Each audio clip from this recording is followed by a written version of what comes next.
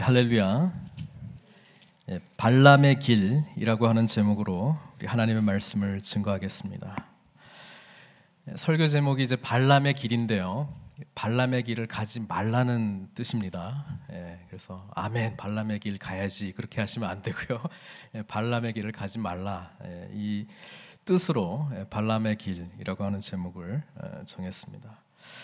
민수기에 재미있는 이야기들이 많이 있는데요. 오늘 우리가 방금 읽었던 이야기는 굉장히 재미있는 이야기예요. 왜 재미있냐면 나귀가 말을 해요. 말하는 나귀. 그래서 말하는 나귀가 중심 주제인가 이렇게 생각할지도 모르겠습니다만은 사실 22장에서 24장 또는 25장까지의 중요한 인물 중에 하나는 이 발람이라고 하는 사람입니다. 그래서 이 발람이라고 하는 사람이 오늘 말씀 읽어보니까는 좀 괜찮은 사람인 것 같아요? 안 괜찮은 사람인 것 같아요? 오늘 본문 읽어보면 괜찮은 사람인 것 같아요? 사실 좀 잘 몰라요. 22장 쭉 읽어보면 만약에 22장만 쭉 읽어보면요 그렇게 나쁜 사람 같지는 않아요. 그런데 우리 신약 성경에 보면 이 발람에 대해서 아주 엄청난 이야기를 합니다. 그 말씀을 한번 좀 봤으면 좋겠는데요. 베드로후서 2장 15절 16절, 지금 우리가 방금 읽었던 이 발람에 대한 평가를 베드로는 이렇게 이야기를 해요. 같이 한번 읽어보겠습니다. 시작. 그들이 바른 길을 떠나 미혹되어 부홀의 아들 발람의 길을 따르는도다. 그는 불의의 삭슬 사랑하다가 자기의 불법으로 말미암아 책망을 받되 말하지 못하는 나귀가 사람의 소리로 말하여 이 선지자의 미친 행동을 저지하였느니라, 이렇게 이야기합니다. 그러니까 이 대목을 보고 신약 성경의 이해는 이렇습니다. 발람의 길은 어떤 길이라고요? 바른 길이 아니고 바른 길을 떠난 미혹의 길이다. 또 죄의 삭슬 사랑한 죄의 길이다. 그리고 나중에는 미친 행동을 한 길이다. 이렇게 지금 이야기를 해주고 있습니다. 그게 22장을 읽으시면서 여러분 느껴져야 되는 거예요. 그러니까 발람의 길 가지 않아야 되는 거예요. 발람의 길은 미혹된 길이고 죄악의 길이고요, 미친 길이다. 알았죠? 그게 지금 발람의 길이라는 거예요. 그 다음에 유다서에도 또 나와요. 발람의 이야기가 또 나와요. 유다서 1장 11절에 나오는데요. 유다서는 신약에 있습니다. 보시면 이렇게 되어 있습니다. 같이 한번 읽어볼까요? 시작. 화 있을진저 이 사람들이여 가인의 길에 행하였으며 삭슬 위하여 발람의 어그러진 길로 몰려갔으며 고라의 패역을 따라 멸망을 받았도다. 제가 요거는 안 드렸던 것 같아요. 저 혼자 읽었는데 가인의 길하고 같은 길이다. 그리고 삭슬 위하여 발람의 어그러진 길이라고 이야기했고, 고라 이야기도 역시 민수기에 나오는데요, 반역의 이야기입니다. 또 한 군데 또 나오는데요, 계시록에 나옵니다. 성경의 마지막 책 계시록 2장 14절, 우리 요한 사도가 7개의 교회들에게 편지를 할 때 이 버가모 교회에 편지를 보내는 내용 중에 책망하는 내용 중에 이런 구절이 있습니다. 그러나 내게 두어 가지 책망할 것이 있나니 거기 내게 발람의 교훈을 지키는 자들이 있도다. 발람이 발락을 가르쳐 이스라엘 자손 앞에 걸림돌을 놓아 우상의 제물을 먹게 하였고 또 행음하게 하였느니라. 오늘 우리가 읽었던 22장에는 나오지 않지만 25장에 보면은 이 행음하게 하는 내용이 나오는데요, 그게 누가 했는지 안 나와요. 누가 했는지 안 나오다가 여기서 나와요. 아, 발람이 이런 일을 했구나. 그래서 가만히 민수기 22장부터 나오는 이 발람 이야기를 쭉 읽어보면은요, 발람이 괜찮은 사람인 것 같아요. 괜찮은 사람인 것 같아요. 중요한 것은 발람의 길은 어그러진 길이다, 미혹의 길이다, 죄의 길이다, 그리고 멸망의 길이고 미친 길이다. 이것을 기억하면서 오늘 본문을 그 시각을 가지고 좀 봤으면 좋겠습니다. 지금 발람은 나귀를 타고 어디 가냐면 모압 왕 발락한테 가는 거예요. 이름이 좀 비슷한 것 같아가지고 기억하고 미움 차이인데요. 발락은 모압 왕이고 발람은 선지자입니다. 선지자. 그래서 이제 발람에 대한 이야기를 제가 좀 하려고 그러는데요. 일단 발람에 대한 이야기를 하기 위해서 사실 22장 전체를 하려고 했는데 너무 본문이 길어가지고 제 중요한 부분들만 한번 좀 보기를 원합니다. 22장 전에 지난주에 우리가 그 13장, 14장에 이스라엘 백성들이 뭐예요? 시내산에서 약 1년 동안 하나님으로부터 10계명이 뭔지, 그리고 거룩한 백성답게 살아가는 것이 무엇인지, 그리고 예배를 어디서 어떻게 드려야 되는지 성막을 주시면서 하나님이 거룩한 백성답게 살아가는 것을 다 가르쳐 줬어요. 10개월 이상, 거의 약 1년 동안 가르쳐 줬어요. 그리고 민수기 초반부는 뭡니까? 1장부터 그 10장까지는 이제 준비하는 거예요. 이제 곧 떠나게 될 건데 이제 이렇게 진을 배치했으면 좋겠고, 지금 그리고 나에게 이 거룩한 백성답게 살아가는 방법에 대해서, 거룩한 백성의 삶에 대해서 지금 숫자가 몇 명이냐, 그러니까 인구 조사하는 내용이 나오잖아요. 그래서 드디어 하나님의 거룩한 구름 기둥과 불 기둥이 붕 떠가지고 이제 이동을 한단 말이에요. 그래가지고 가데스 바네에 딱 도착했는데, 가데스 바네에서 이제 하나님께서 그 12 정탐꾼을 보내가지고 그들의 보고와 이 백성들의 반응, 그게 이제 지난주 말씀이었죠. 10명은 안 된다, 우리는 메뚜기다, 가면 죽는다, 이렇게 이야기했고, 2명 여호수아 갈렙은 된다, 가자, 취하자, 이렇게 이야기를 했고, 백성들은 민주주의 원칙에 의해서 다수의 의견을 따랐단 말이에요. 그래서 이것 때문에 하나님께서는 너희들의 믿음대로 결국 약속의 땅에 들어가지 못하게 될 것이다, 그 이야기를 하고, 하루를 그 40일 동안 정탐했는데 하루를 1년으로 환산해가지고 40년 동안 광야에서 뺑뺑이 돌게 합니다. 그래서 지금 이스라엘 백성들이 그 40년 동안에 이제 뺑뺑이 돌고 있는데요. 그 동안에 어떤 일들이 일어났냐? 제가 일부 예배 때는 이제 타임라인을 좀 준비를 했습니다만 영어로 되어 있습니다. 그래서 제가 그냥 말로 설명을 해드리면 이렇습니다. 이스라엘 백성들이 시내산을 떠나가지고 이제 가데스 바네에 도착했고요. 13장, 14장. 그 다음에 16장에부터 해서 이제 이상한 일들이 일어납니다. 어떤 거냐면 고라라고 하는 사람이 반역을 일으켜요. 야, 우리가 모세와 아론의 지도력을 따라서 여기까지 왔는데 이렇게 살기 힘들다. 우리 고라라고 하는 사람하고 또 다른 리더들을 세워가지고 이 사람들을 쫓아가자, 뭐 이렇게 했습니다. 그래서 하나님께서 심판을 내리는데요, 모세 편 붙을 사람 이쪽에, 그리고 고라와 저기 그 도당들 그쪽 편은 저쪽에, 이렇게 해가지고 하나님이 심판해 주세요. 그래서 하나님께서 어떻게 땅을 열어가지고 그 고라와 그 잔당들을 전부 이렇게 삼켜버리는 그런 일들이 있었고요. 또 어떤 일들이 있었냐면은 백성들이 출애굽 때 했던 것과 민수기 때 했던 것과 비슷한 일들이 나타나요. 똑같은 이야기인데 뭐냐 하면 목말라요, 물 주세요, 원망하기 시작합니다. 무슨 말인지 알겠죠? 그래서 하나님께서 모세로 하여금 이 무리바에서 물치게 하고 바위를 치게 하고 이제 물이 나오게 하는 그런 무리바 사건이 있고, 또 에돔 땅에서 이제 에돔 땅을 지나서 약속의 땅으로 들어가려고 했는데 에돔 사람들이 안 된다, 그래서 이제 다른 길로 돌아갈 수밖에 없고, 그 다음에 뭐냐면 이제 미리암하고 아론이 죽습니다. 미리암, 아론, 그 모세의 누이 그리고 형이잖아요. 그러니까 모세의 그 가족들, 미리암 죽고 아론 죽고, 그 다음에 모세도 나중에 죽지만 이 전부 다 약속의 땅에 못 들어갑니다. 그게 민수기 이야기예요.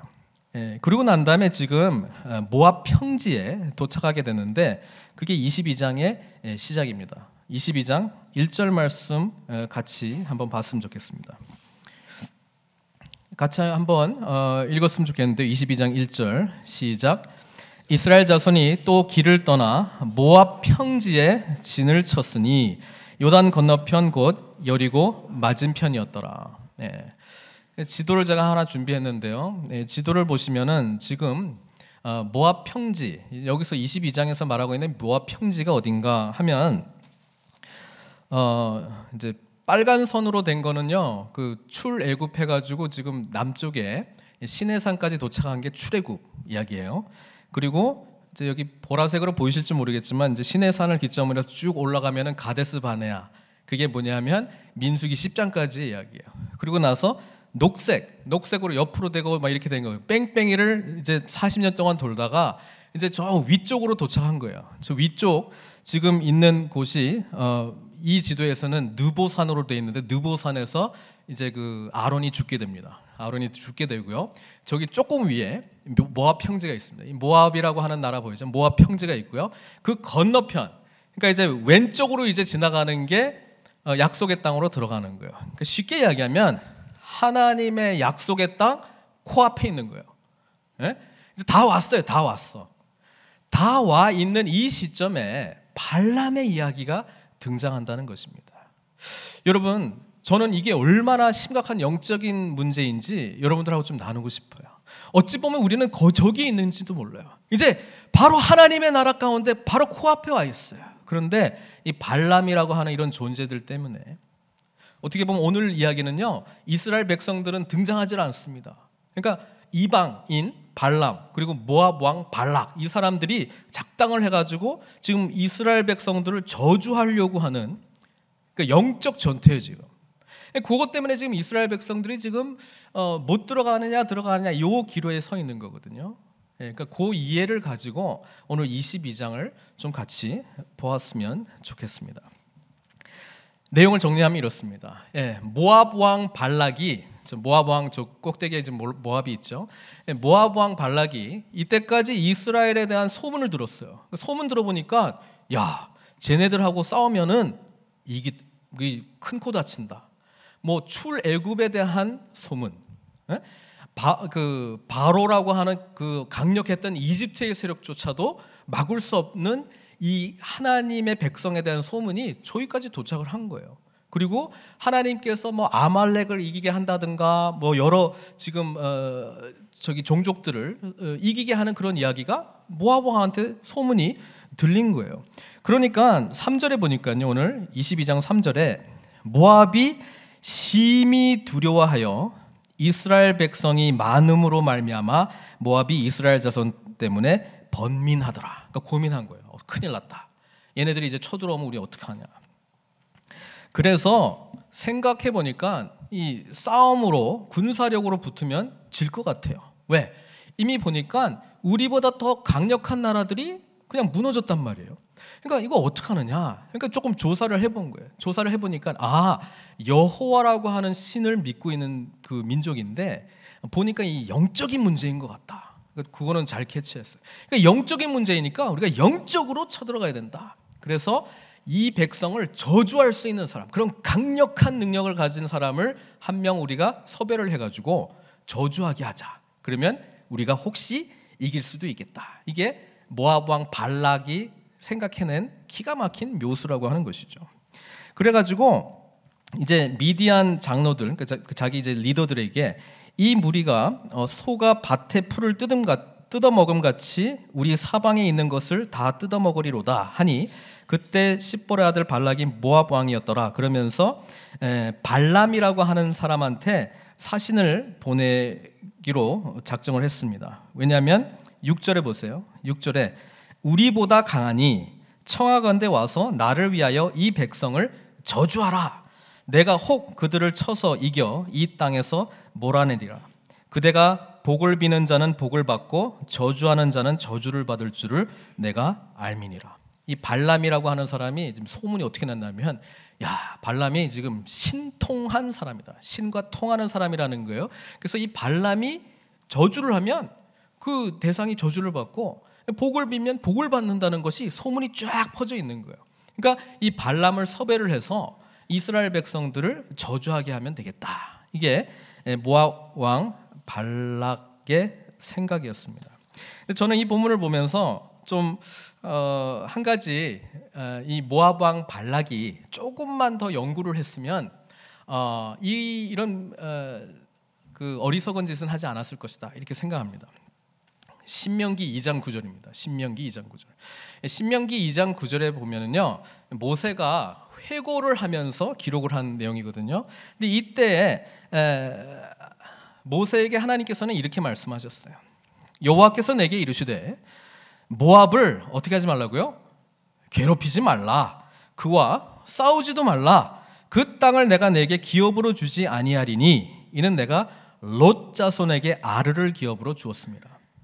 모압은 아브라함, 믿음의 조상 아브라함의 조카인 롯의 땅입니다. 무슨 말인지 알겠습니까? 그러니까 하나님께서는 이미 롯에게 이 땅을 줬기 때문에 쳐서 정복할 생각이 전혀 없었다는 거예요.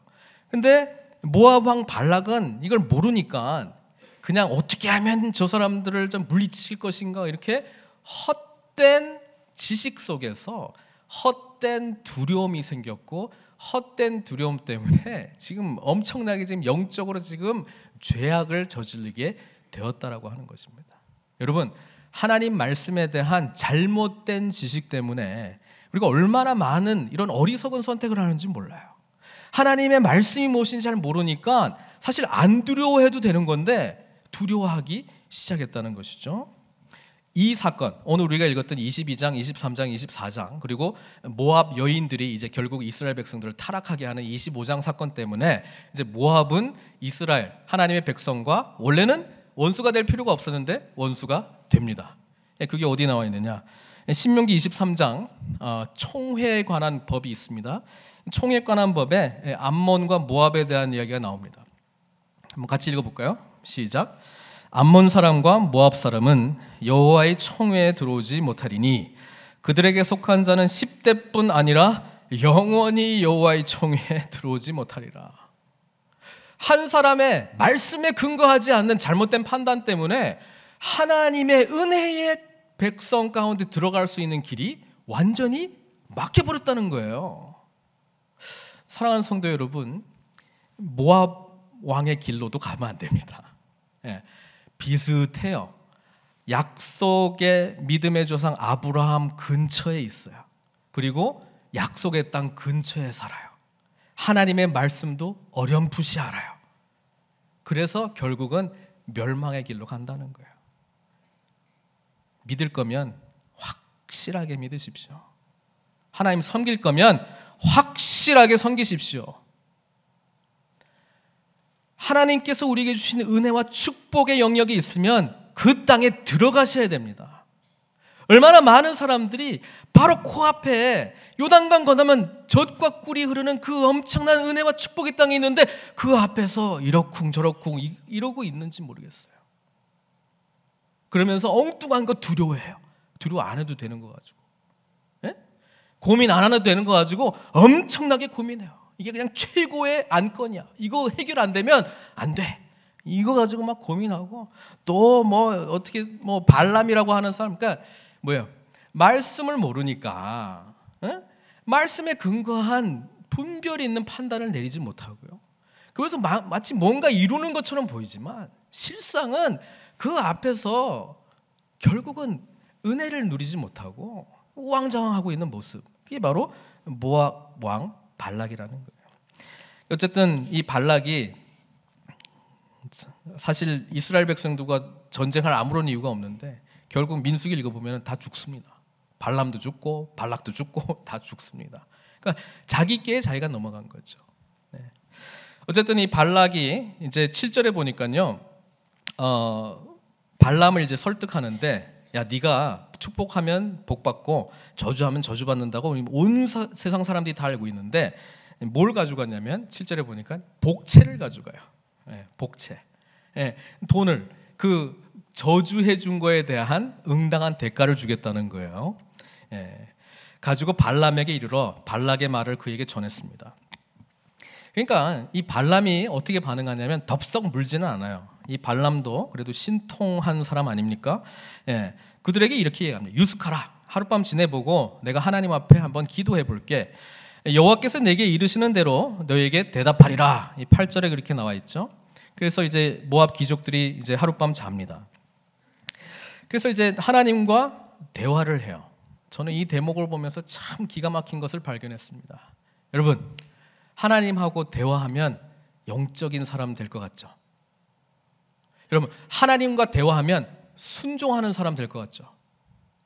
여러분, 하나님과 대화할 수 있으면 하나님이 기뻐하시는 삶 살 수 있을 것 같죠? 발람 보니까 안 그렇네요. 하나님의 뜻이 뭔지도 알아요. 뭐라고 하나님이 그러셨냐면 발람이 이렇게 얘기합니다. 하나님 10절에 하나님께 아뢰되 모압 왕 십볼의 아들 발락이 내게 보낸 자들이 이렇게 말했습니다. 11절에 보라 애굽에서 나온 민족이 지면에 덮였으니 이제 와서 나를 위하여 그들을 저주하라. 내가 혹 그들을 쳐서 몰아낼 수 있으리라. 그러니까 12절에 하나님의 대답입니다. 하나님이 발람에게 이렇게 말합니다. 너는 그들과 함께 가지도 말고 그 백성을 저주하지도 말라. 그들은 어떤 백성이요? 복을 받은 자들이다. 이렇게 이야기합니다. 복 받은 내 백성이니까 건들지 마라. 가지 말라. 저주하지 말라. 이렇게 이야기했습니다. 그리고 발람이 그 이야기를 듣고 어떻게 이야기했냐면 하나님께서 노우라고 그러시더라.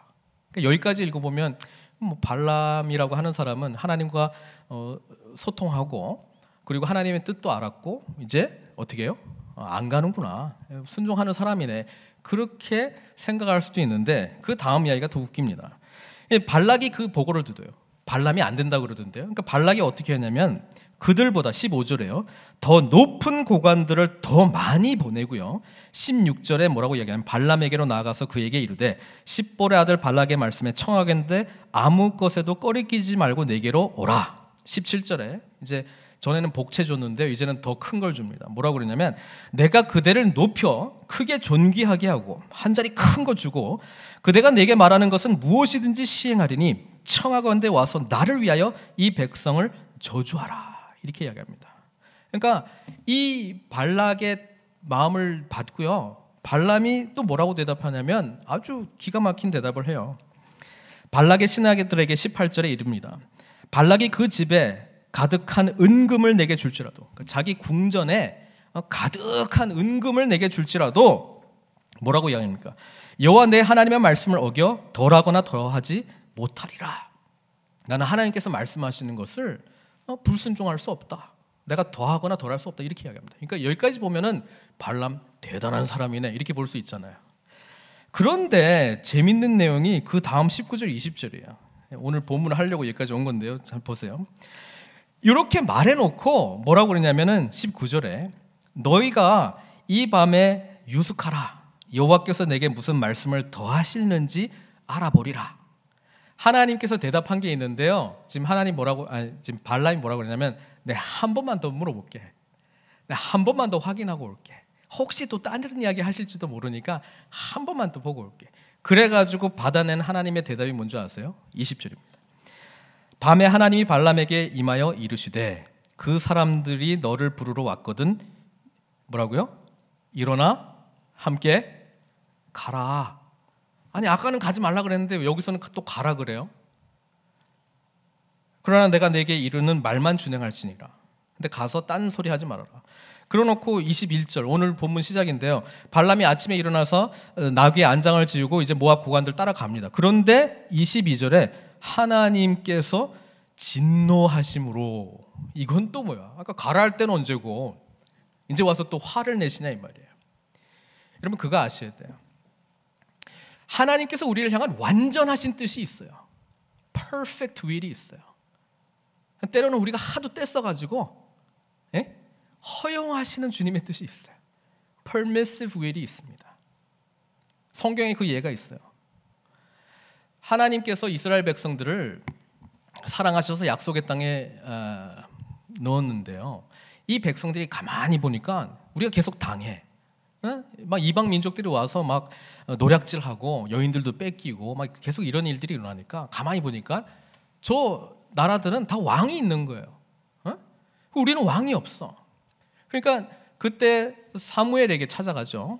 백성들이 찾아가서 뭐라고 그러냐면 우리에게도 다른 민족처럼 왕을 세우자. 왕 좀 세우. 왕정 국가를 이루어야 된다. 지금 시대가 다 왕 세우는 분위기인데 우리만 지금 왕이 없다. 그러니까 우리는 시대에 뒤처져 있고 그래서 우리는 승리할 수 없는 거다. 우리도 왕이 있으면 이길 수 있다. 이런 이야기를 해요. 그러니까 사무엘이 너희들이 지금 말하는 것이 얼마나 악한 것인지 알지 못하느냐. 하나님만이 참된 왕이신데 어찌하여 왕을 세운다고 이야기를 하느냐. 그러니까 계속 왕 달라고 이야기합니다. 왕 세워주세요. 자꾸 뗐습니다. 그러니까 사무엘이 왕 세우면 너희들의 딸들을 왕한테 바쳐야 된다. 궁중에서 일하도록. 그리고 아들들은 군사를 보내야 되고 세금도 내야 된다. 그러니까 백성들이 뭐라는 줄 아세요? 괜찮다 괜찮다 왕 세워달라 계속 그렇게 뗐습니다. 그러니까 사무엘이 이거 가지고 백성들이 범죄했는데 어떻게 합니까? 하나님이 어떻게 합니까? 허용해 주잖아요. 그 왕 세우라고 해라. 하나님 기뻐서 세운 게 아니에요. 하도 뗐으니까 그래 세워라. 그 왕을 통해서 내가 나의 뜻을 이루어보겠다. 그렇게 하나님께서 허용한 게 있습니다. 결과적으로 백성들이 원해갖고 세웠던 그 왕, 첫 번째 왕 사울로 인해서 백성들이 잘 됐습니까? 못 됐습니까? 잘 못 된 거 아닙니까? 왜? 하나님께서 원하신 일이 아니기 때문에 그렇습니다. 초반에는 승리하고 뭐 나름대로 잘 되는 것 같지만요, 궁극적으로는 하나님의 완전한 뜻이 아니기 때문에 안 되는 거예요. 얼마나 우리가 이런 식으로 하나님을 찾는지 몰라요. 저도 애들이 있다 보니까 애들이 자꾸 달라고 뗐으면 이 permissive will이 있습니다. 그래 알았다. 근데 그게 내 뜻이 아니에요. 지금 발람이 두 번째 하나님한테 그 발락이 보낸 사람들 가만히 있어봐라. 뭐 하나님께서 또 무슨 말 할지 모르겠다 했을 때 그 밤에 뭐 했겠어요? 보내주세요 하나님. 뭐 괜찮잖아요. 제가 혹시 가서 모압 사람들 전도할지 어떻게 알아요? 그리고 뭐 돈도 많이 준다. 내 그거 위해서 하나님 일할게요. 하나님 계시다는 건데 만천에 알릴게요. 그리고 어차피 이스라엘 백성 가만히 보세요. 내가 들어보니까 날마다 불순종하는 모습 보여주고 있는데 이 백성 버리세요. 저하고 같이 새로운 민족 세워요. 뭐 이런 대화 한 거 아니겠어요? 하나님 저 좀 보내주세요. 나도 좀 언제까지나 이런 일만 해야 됩니까? 나도 좀 잘 먹고 잘 살아보고 싶어요. 하나님이 보내주시는데 가라. 근데 내가 너에게 일러준 말만 해라. 그리고 재밌는 건 21절이죠. 여기서 우리는 발람의 마음을 좀 엿볼 수 있어요. 발람이 지체하지 아니하고 아침에 일어나자마자 제일 먼저 하는 게 나귀에 안장 채우고 가는 거예요. 바로.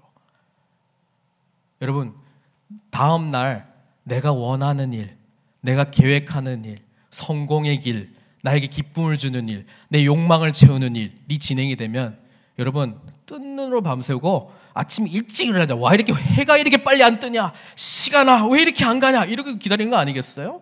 아침에 해 뜨자마자 바로 안장 채우고 가는 거예요. 왜? 이 길은 어떤 길이다? 나의 기쁨의 길이요, 출세의 길이요, 성공의 길이요, 행복의 길이요, 편안한 길이요. 그런데 하나님께서 보시기에는 이게 하나님의 진노를 유발시키는 길이에요. 하나님께서 사자를 보내서 칼 들고 죽이려고 딱 서 있는 거예요. 발람이요, 영적으로 하나님과 대화한 사람입니다. 영적으로 교통한 사람입니다. 그러나 자기의 뜻이 하나님의 뜻을 우선하기 시작했을 때는 영적으로 어두워진 거예요. 그렇게 하나님께 소통했던 사람이 어떻게 여호와의 사자가 칼 들고 죽이려고 서 있는 걸 보지를 못합니까?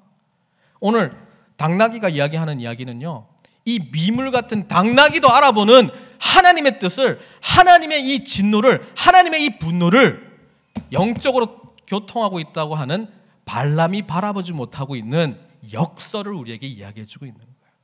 얼마나 자기 욕망에 그냥 사로잡혀 있었으면 안 보이는 거예요. 나귀는 보는데. 그 이야기를 하고 있는 거예요. 사랑하는 성도 여러분, 지금 이스라엘 백성들은요, 코앞에 있어요. 코앞에. 어떻게 보면은요, 우리가 하나님의 이 영원한 은혜와 복, 하나님께서 뭐라고 이 백성들에게 이야기합니까? 이들은 복을 받은 자들이라. 하나님의 말씀을 불순종하고 물 달라 먹을 거 달라 계속 원망하고 나아가는 이 백성들을 향해서 하나님이 여전히 복을 주시기를 원하시는 거예요. 복을 주시기를 원하시는 게 우리 하나님의 마음인데, 우리는 하나님의 뜻에 우선해서 우리의 뜻을 갖다 놓고 떼쓰고 이거 달라고 이야기하면서 하나님 보시기에는 죽음의 길, 멸망의 길을 향해서 나아가고 있는데, 아침 일찍 일어나자마자 나귀에 안장 태우고 빨리 가자 이런 모습으로 혹 멸망의 길을 향해서 달려가고 있는 것 아니냐 하는 것이 오늘 본문이 우리들에게 말씀해주고 있는 내용입니다. 사랑하는 성도 여러분, 이스라엘 백성들 복받은 이유는 하나님 때문입니다. 우리가 하나님의 복받은 백성으로 살아갈 수 있는 유일한 길은 하나님께서 우리 하나님이실 때 가능하다는 거예요. 지금 낙이 타고 가는 이 발람은 죽음의 길, 멸망의 길, 자기 뜻을 관철시키려고 하는 미친 길로 가고 있다. 성경은 그렇게 이야기하고 있지 않습니까? 근데 정작 본인은 하나도 몰라요. 그리고 그 길을 향해서 나아가고 있는 것을 하나님께서 말리십니다. 저는 이 본문 보면서 똑같은 22장인데요. 민수기 말고 창세기 22장에 나귀에 안장 채우고 아침 일찍부터 준비한 사람이 생각났어요. 누군지 아세요? 아브라함입니다. 아브라함이 가는 길은요, 아들을, 가장 귀하게 여기는 아들을 하나님께 내어놓는 길이었어요. 순종의 길이었어요. 어찌 보면 죽음의 길인데 사실은 생명을 경험하는 길이었어요. 어떻게 보면 좌절의 길인데 엄청난 하나님의 축복을 받는 길이었어요. 차이가 무엇입니까? 하나님의 뜻대로 나귀의 안장을 채우고 가는 것이냐, 아니면 자기의 뜻대로 나귀의 안장을 채우고 가느냐, 그 차이예요. 그러면서 나귀 타고 가신 또 한 분이 생각이 났어요. 이분은 자신의 모든 영광을 다 내려놓으셨어요. 이분이 가시는 길은 자기를 위한 길이 아니었어요. 이분이 가시는 길은 다른 사람들의 모든 이 아픔과 죄악을 친히 담당하시고 가시는 죽음의 길이셨어요.